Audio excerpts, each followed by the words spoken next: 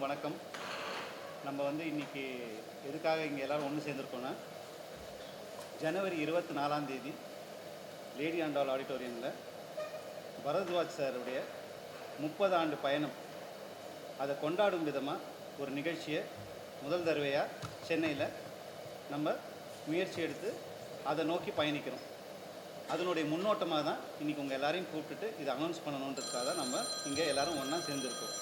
So முதல்ல இங்கே உட்கார்ந்துருக்கவங்க அத்தனை பேரையும் நான் ஒரு அறிமுகப்படுத்திடுறேன். அதுக்கப்புறமா பரத்வாஜ் சார் அவரை பற்றி அவருடைய டீட்டெயில்ஸ் சொல்லுவார்.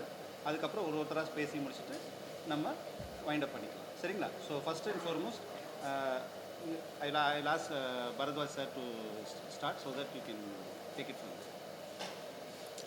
எல்லோருக்கும் வணக்கம்.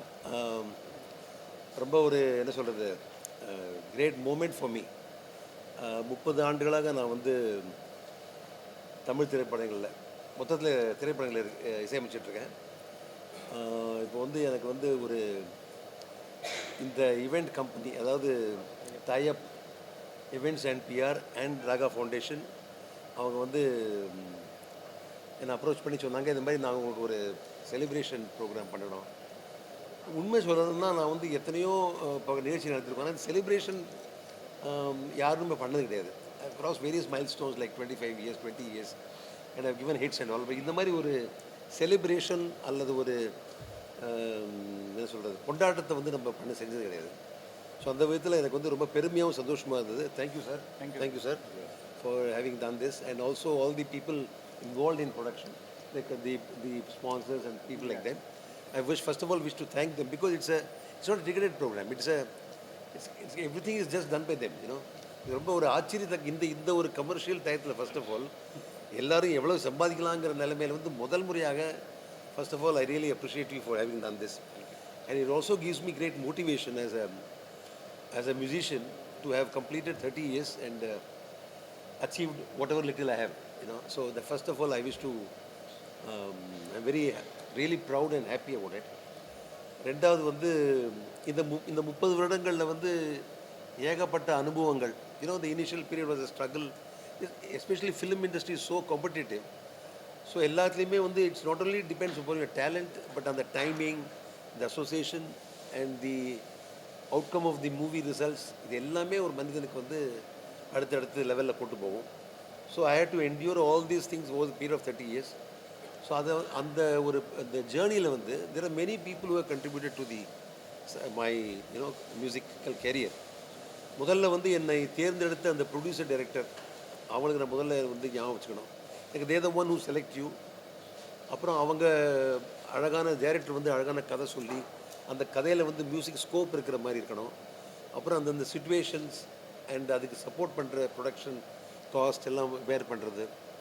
அப்புறம் Chennai has got a great set of musicians, you know, with talented musicians who support you musically. என்னோடய க்ரியேஷன்ஸ் வாசிச்சு சிங்கர்ஸ் ப்ளஸ் டெக்னீஷியன்ஸ். ஸோ இப்படி எல்லாரோடைய கண்ட்ரிபியூஷனும். அப்புறம் ஃபைனலி படத்தில் வரும்போது அந்த பாடல் காட்சி, அதில் நடித்த நடிகர்கள், அவர்களுடைய பாப்புலாரிட்டி. ஒரு பாட்டு ஹிட் ஆனுன்னா it's not just the music alone, it doesn't make sense. It's a combined, it's a holistic thing that makes it a hit or a super hit. So அந்த விதத்தில் எனக்கு over period of time I have been blessed with many different type of நிறைய விதவிதமான எனக்கு ஒரு லக்கின்னு ஒன்று என்னென்னா, எனக்கு கிடைத்த படங்கள்லாம் வெவ்வேறு டைப்பில் கிடச்சிது. It was not just urban, அதில் ஒரு கிராமத்து படங்களோ இல்லை, அப்படி இல்லை. எல்லாமே வெவ்வேறு படங்களுக்கு இசையமைச்ச வாய்ப்பு கிடச்சிது. ஆமாம், இது ஆரம்பத்தில் of course I was also lucky to have started my career in Tamil films. நான் அதுக்கு முன்னாடி தெலுங்கு கன்னட படத்தெலாம் பண்ணிட்டு இருந்தேன். தமிழ் படத்தில் எனக்கு முதல் படமே காதல் மன்னனில் அஜித்தோட பண்ண வாய்ப்பு கிடச்சிது. அந்த முதல் பாட்டு ரெக்கார்டிங் தமிழில் 12/12/1996. ஸோ அந்த நேரத்தில் அஜித்தோட உன்னை பார்த்த பின்பு நானாக இல்லையே, இந்த பாட்டில் ஆரம்பிச்சு என்னோட தமிழ் ஜேர்னி. அஜித்துடன், சரணுடன், வைரமுத்துவுடன், இப்படி அந்த சம்பந்தப்பட்ட படங்கள், அதில் எம்எஸ் விஸ்வநாதன் கூட நடிச்சிருக்காரு அந்த படத்தில். அந்த ஒரு படம் எனக்கு அப்படியே க்ளீனாக gave the biggest start what I was expecting all these years. ஆமாம், அதுக்கு ஆமாம்.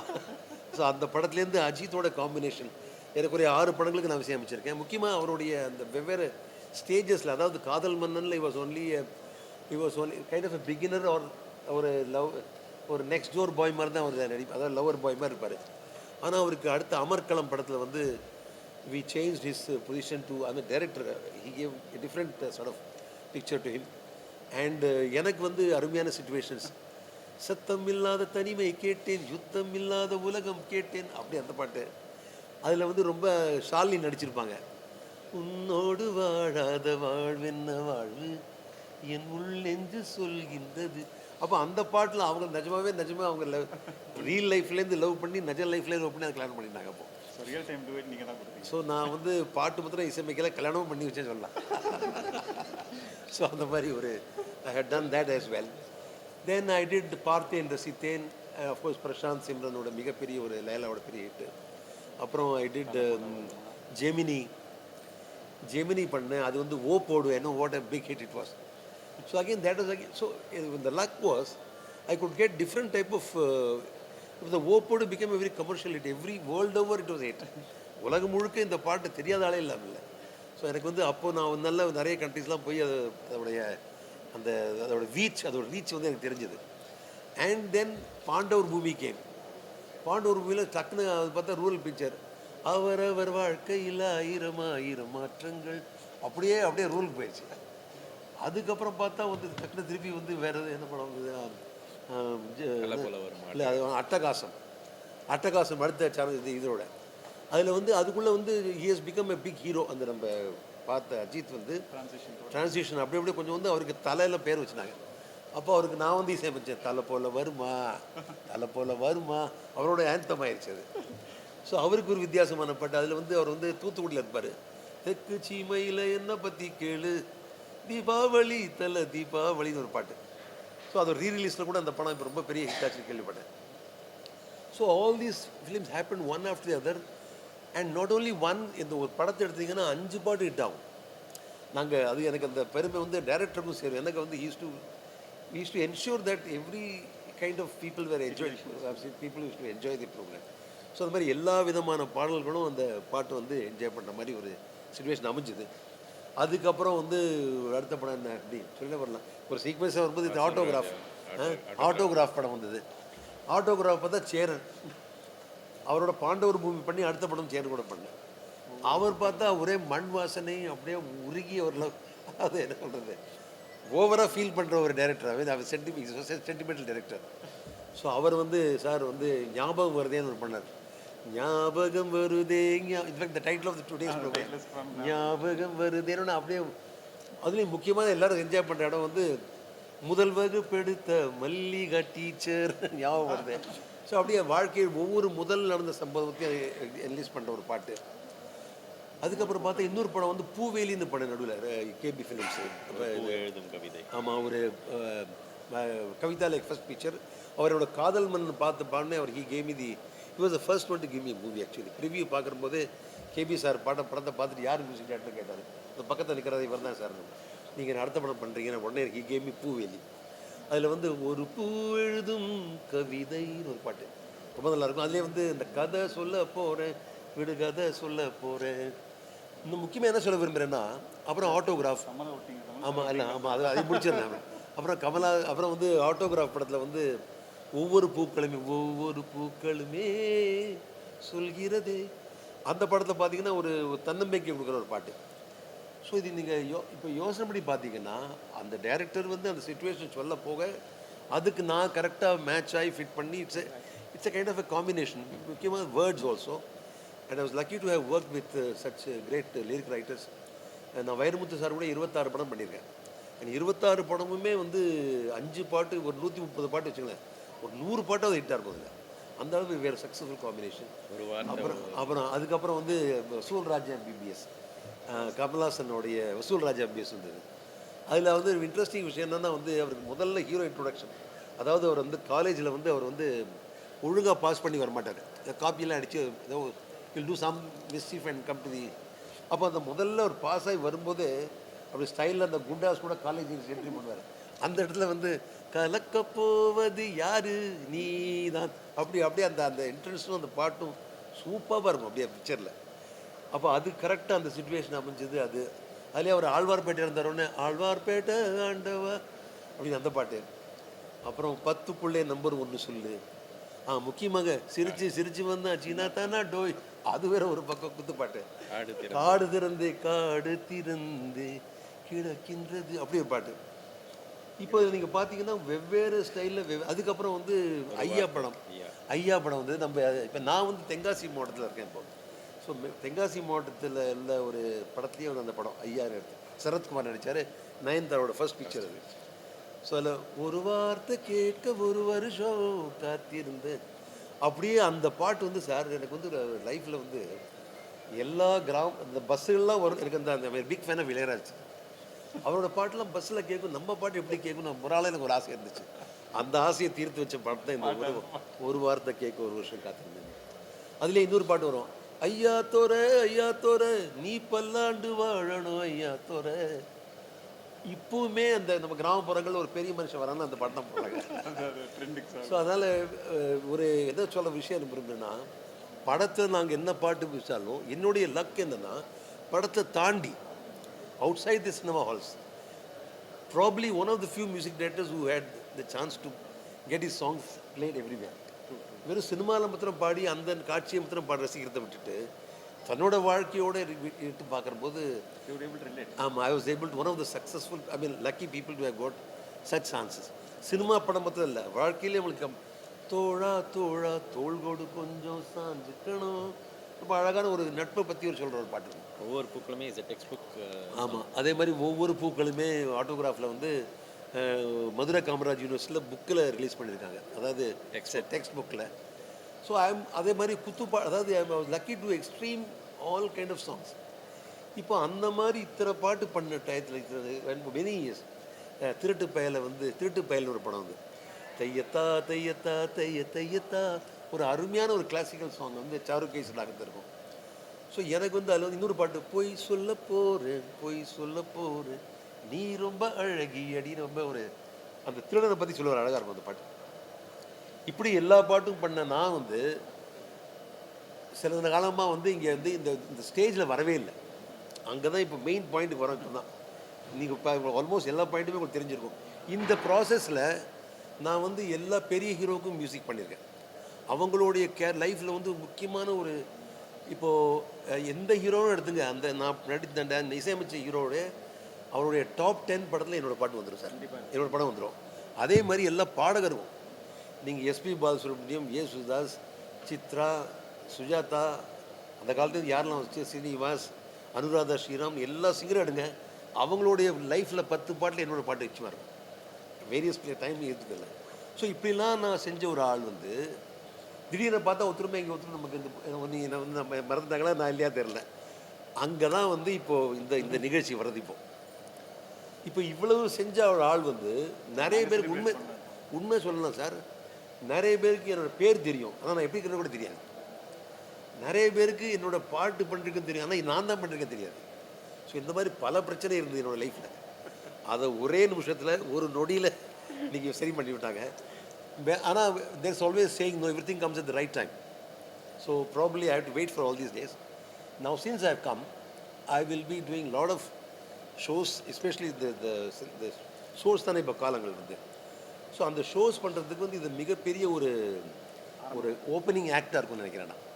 I'm very confident that this will be a kind of an opening act to all my future. And also I believe that cinema இசை வந்து நீங்கள் ரசித்ததுக்கு காரணம் வெவ்வேறு காரணம் இருக்கலாம், ஆனால் அந்த காரணத்துக்காக அந்த பாட்டை ஸ்டேஜில் வந்து பார்க்கணும். இப்போ எப்படி, அதாவது I'm not demeaning anybody, but mostly it is been turned out to be ஒரு டான்ஸ் ஃபீச்சர்ட் ஆர் அதர் என்ன விஷுவல் இதுதான் வருது. பட் சினிமா பாட்டு அது மாத்திரம் இல்லையே. இப்போ நான் சொன்ன பாட்டு எவ்வளோ விஷயத்துக்கு இருக்குது, அதோட அர்த்தத்துக்கு, அதோட பாடின விதத்திற்கு, சங்கீதத்திற்கு, அதை எல்லாமே நான் என்னுடைய ப்ரோக்ராமில் வந்து சொல்லணும்னு ஆசைப்படுறேன். So when you come to my program, wherever I'm performing as a concert, you will be able to enjoy the song on its original value, whatever it was. அது என்ன லெவலில் இருந்தோ அதே மாதிரி நான் வந்து நல்ல முறையில் வந்து அந்த பாட்டை பாடி மகிழ்வுக்கு ஆசைப்படுறேன். அதனால் இது ரொம்ப அழகான ஒரு எனக்கு opportunity. Thank you once again the organisers and you all. எனக்கு ரொம்ப ஒரு சர்ப்ரைஸாகவே இருந்தது. அப்போ நம்ம திடீர்னு வந்து என்னாச்சு, இப்போ நீங்கள் ரொம்ப பெரிய ஆள் ஆகிட்ட பாருங்க. Thank you so much. நான் வந்து 100 படங்களுக்கு மேலே பண்ணியிருக்கேன். Over the period of 30 years I have done more than 100 films. Of course covering other languages also. But the best part was I was always successful in every எல்லா படமே எனக்கு hit. அதாவது அது மாதிரி இருந்தது. பட் ஒரு சில காரணம்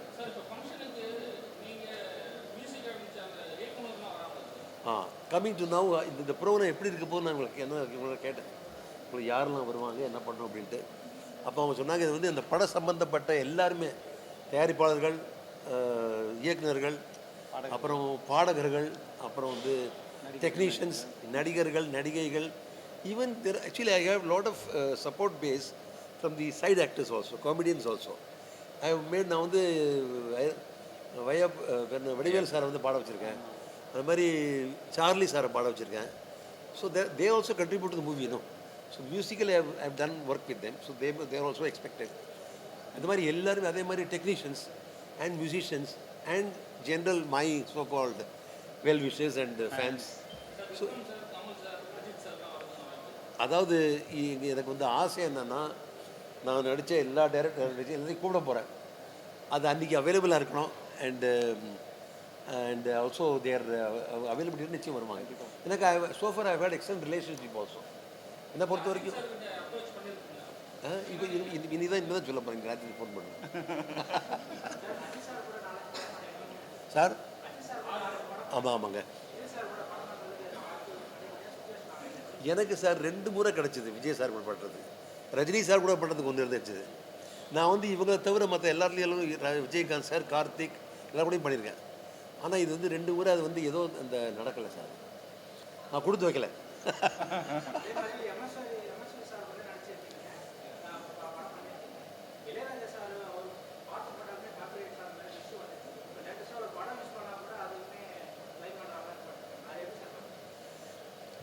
அது வந்து it's a legal issue sir. அது பேசிக்கலி வந்து அது வந்து ஒரு என்ன சொல்கிறது, சட்டத்து விஷயமான விஷயம்.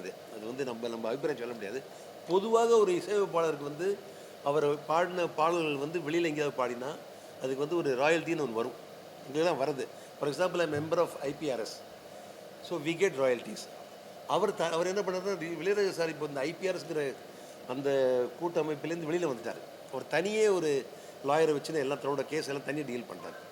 ஸோ அவருடைய கேஸ் எல்லாமே அவர் தனியாக டீல் பண்ணுறதுனால அவரை பற்றி எந்த சட்டத்தில் அவர் பண்ணுறாரு தெரியல. நாங்கள் எல்லாருமே இசைப்படம் எல்லாருமே IPRS கீழே வரோம்.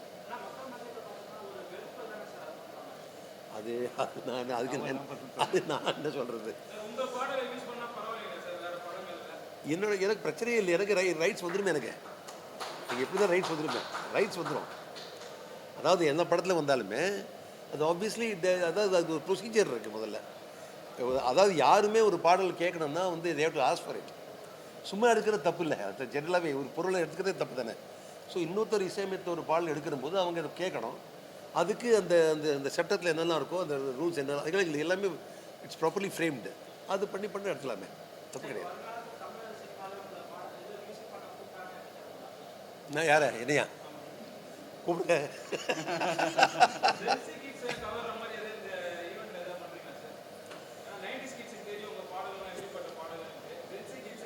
Sir, honestly, I am not here to please Gen Z kids as of now.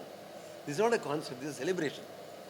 When I go into a concert stage, அங்கே சொல்ல முடியாது நான் என்னோட தமிழ் பாட்டே K-pop மாதிரி பாடுவேன். நான் அங்கே என் கூட வந்து 10 பேர் ஆடுவாங்களா இருக்கும். அது அந்த இடத்துல அந்த depending on concept were doing it. In fact logically sir இசையமைப்பாளர் வந்து எனக்கு அந்த காலம் இந்த காலம் என்ன, எந்த காலத்தையும் அந்தந்த காலத்தில் மக்களுக்கு பிடிக்கிற பாட்டு தான் என்னோட இசை வேலையை என்னோடது. ஸோ Gen Z வரட்டும், Gen Z+ வரட்டும், I will also change accordingly if necessary. Depends on the kind of platform I am given. So எனக்கு அடுத்த பாடலில் வந்து இருக்கிற போது நான் Gen Z நிச்சயம் பண்ணுவேன்.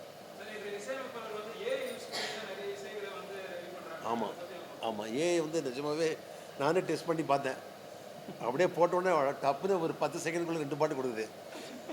இப்போ கேள்வி என்னென்னா அதை வந்து நம்ம அதை விரும்புகிறோமா, அதை ரசிக்கிறோமா, அது வந்து நமக்கு சூட் ஆகுதாங்கிறது இல்லை. இதில் திணிக்கப்படுது இல்லை, அது நமக்கு யூஸ் ஆகிறதா பார்க்கணும். சம்டைம்ஸ் அது வேறு ஏதோ ஒரு லாங்குவேஜில் பாடுற மாதிரி இருந்துச்சுங்க. இப்போ உதாரணத்துக்கு ஞாபகம் வருதே நான் பாடுறேன். ஞாபகம் வருது.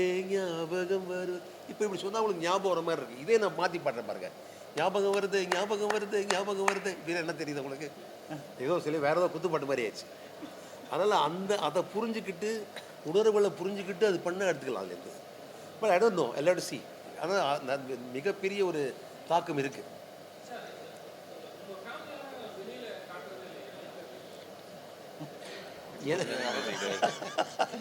எங்கள் ஃபேமிலியில் வந்து எனக்கு ஒரு மகள் இருக்கா சார். அவளை வெளிநாட்டில் இருக்காங்க. நானும் ஒய்ஃப் தான் இருக்கோம். இப்போ சார் வந்து உண்மை சொல்லணும்னா இந்த கோவிட்டுக்கு அப்புறம் முன்னாடி வரையும் I was doing lot.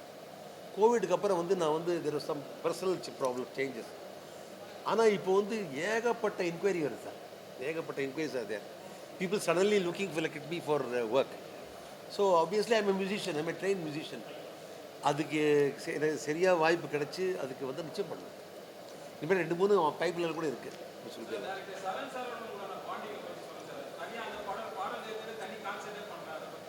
Sir சரியான கேள்வி கேட்டீங்க. டைரக்டர் சரண் கூட நான் 12 படம் பண்ணியிருக்கேன். இந்த 12 படமும் சரண், பரத்வாஜ், வைரமுத்து. நாங்கள் வந்து இது காதல் மன்னனில் ஆரம்பித்தது அப்படியே போகுது. ஒரு லக் என்னென்னா, இப்போ பொதுவாக வந்து ஒரு இசையமைக்கிற டியூன் கொடுக்குறது வந்து மியூசிக் டேரக்டர் தான் கொடுப்பாரு. ஸோ நான் என்ன அப்படி அவர் சொல்லுவார், இந்த மாதிரி இப்படிலாம் இந்த மாதிரிலாம் எனக்கு போகணும் அப்படி சொன்னோடனே நான் ஒரு டியூன் கொடுப்பேன் சார். முதல் டியூனே ஓகே ஆயிடும். அது ஒரு மேஜிக் மாதிரி இருக்கும். அதுக்கப்புறம் அவர் இவ்வளோ தூரம் நமக்கு அந்த பொறுப்பை கொடுத்த உடனே அப்படியே நானும் ஒர்க் பண்ணுவேன். அப்படி அதில் அந்த அம்மா அதில் வந்து என்ன பெட்டர் எப்படி பண்ணலாம் அப்படின்னு. So each song has been great what you call sign of great trusting, நம்பிக்கை என் மேலே வருது. அதனால் அவர் வந்து அல்டிமேட் சார். அவர் வந்து இன்ஃபேக்ட் அவர் தான் அவர் முக்கியமான ஆள் இருப்பார். அன்றைக்கி நம்ம 24 சார். ஆமாம், நான் வந்து எனக்கு ஒரு ஆசை என்னென்னா, நான் அது வேறு சொல்கிறேன். இளம் தலைமுறை மியூசிக்கிட்ட எல்லாருமே வரணும்னு ஆசைப்பட்றேன் சார். ஏன்னா நான் வந்து தனிப்பட்ட முறை சொல்கிறேன், ஒரு இசையமைப்பாவோட வேலை வந்து ரொம்ப இன்ட்ரெஸ்டிங் வேலை sir. It is not like what many people to not know what exactly happens. இப்போ ஒரு பேப்பரில் வந்து ஒவ்வொரு பூக்களுமே எழுதி கொடுத்து அதை டியூன் போடும்போது தான் உங்களுக்கு அது தெரியும் அதோட கஷ்டம். So difficult it is. லட்சம் பாட்டு இருக்குது. அதே அந்த 12 நோட்டுக்குள்ளே போயிட்டு வரணும். வித்தியாசமாக இருக்கணும், மக்கள் பிடிக்கணும். It's a very complicated and very challenging job. இதில் வந்து எந்த இசையமைச்சாலும் பெரிய கால் தான். அவன் ஒரு படம் பண்ணுறான்னா 5-6 படம் அந்த மாதிரி தான் இருக்குது. ஸோ அதனால் நான் வந்து என்னோட இந்த இசை நிகழ்ச்சிக்கு I want lot of young directors also I'm inviting. Actually young music directors whom I like, who has also some people have worked under me with me. அவங்களையும் கூப்பிடுறேன். அப்புறம் சக இசையமைப்பாளர்களையும் கூப்பிட ஆசைப்படுறேன். எனக்கு வந்து இந்த ஒரு basically I want to celebrate my self. இது வந்து ஒரு இது நடக்கிறதே ரொம்ப பெரிய ஒரு சந்தோஷமாக இருக்குது. ஏன்னா இட்ஸ் அ மோட்டிவேஷன். இல்லை, அதுதான் சார் பேசி முடிக்கிட்டோன்றதுக்காக வெயிட் பண்ணேன். சொல்லுங்கள்.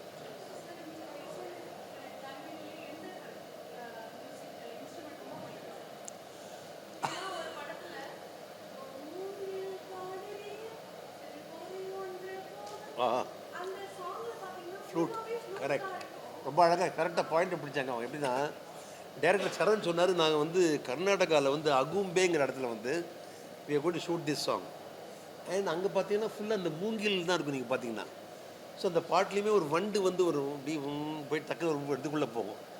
So I thought why not have all flutes in the probably is only song. இல்லை, அவர் வந்து சொன்ன உடனே நான் பாட்டு கம்போஸ் பண்ணுற போது எனக்கு பண்ணேன். ஸோ அதில் 3 பேஜியுமே ஃப்ளூட் தான் சார் ஃபுல்லாகவே. All different type of flutes. Thank you for எக்ஸாக்டாக அந்த பாயிண்ட்டை பிடிச்சிங்க. My pleasure. In fact, there are so many such. Coming to this point, I also want to share my experiences of doing why I did like this. ஒவ்வொரு பாட்டுக்கு ஒரு purpose இருக்கும்ல, அந்த பாட்டு ஏன் இப்படி பண்ணேங்கிறத நான் ஷேர் பண்ண போகிறேன் இன்றைக்கி அந்த இதில். So it got be very interesting programme. ஒரு நிமிஷம், இப்போது ஒரே ஒரு கிளாரிஃபிகேஷன் மட்டும் கொடுத்துட்றேன். இந்த 24ஆம் தேதி ப்ரோக்ராம் வந்து அவருடைய 30 ஆண்டு பயணத்தை வந்து அவர் கூட சமகாலத்தில் இருந்தவங்க, இப்போ இருக்கிறவங்க, அவர் கூட வேலை செஞ்சவங்க, எல்லா துறையிலேருந்து இருக்கிறவங்களும் நம்ம வந்து இன்வைட் பண்ணி, அது வந்து பியூர்லி அன் இன்வைட் ஈவெண்ட். அது வந்து டிக்கெட் போட்டு நம்ம கச்சேரி மாதிரி வச்சு சேல்ஸ் பண்ணுற ஈவெண்ட் இது கிடையாதுன்றது நான் பதிவு பண்ணணும்னு நினைக்கிறேன். சரிங்களா? ஸோ ஏன்னா அவர் கொண்டாடுற விதமாக நம்ம இருக்கணுன்றதுக்காக நம்ம யார் வேணால் வரலாம், இல்லை நம்மளுடைய அழைப்பு இருந்தால் அவங்க வரலாம். ஸோ ஸோ அதுதான் விஷயம். ஸோ நம்மளுடைய அழைப்பு யாருக்கு இருக்குதோ அவங்க வரலாம். இதுதான் விஷயம். அதே மாதிரி கன்க்ளூட் பண்ணுறதுக்கு முன்னாடி it's my responsibility to tell that's mister garden.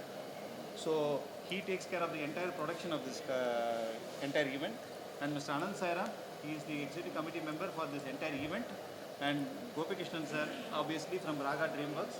So அவரும் நானும் சேர்ந்து தான் இந்த ப்ரோக்ராமை பிளான் பண்ணோம். இன்றைக்கி இந்த அளவுக்கு எங்களால் கொண்டு வர முடியுதுன்னா எங்கள் 2 பேரும் இப்போ இவங்க எல்லாருடைய சப்போர்ட் இருந்ததோடு தான் எங்களால் பண்ண முடியுது. And on my right is Bala, who takes care of our entire creative for the entire event, and there Mr. Rajesh again from the executive committee member for the ஞாபகம். ஸோ இவங்க எல்லாருடைய ஒத்துழைப்போடு தான் நம்ம இந்த ப்ரோக்ராமை வந்து இந்த அளவுக்கு கொண்டு வந்திருக்கோம். அனைவரும் நீங்கள் இந்த விஷயத்தை கொஞ்சம் வெளியில் கொண்டு போய் மக்கள்கிட்ட சேர்த்து அதே மாதிரி எங்களை சப்போர்ட் பண்ணி இந்த ஜனவரி 24ஆம் தேதி இதை சிறப்பாக நடத்துது. நானும் வேண்டிக்கிறேன். ஆமாம், please all of you should come. Maximum இதை வந்து எனக்கு it will be great motivation if you all come with friends and families and make it a great event.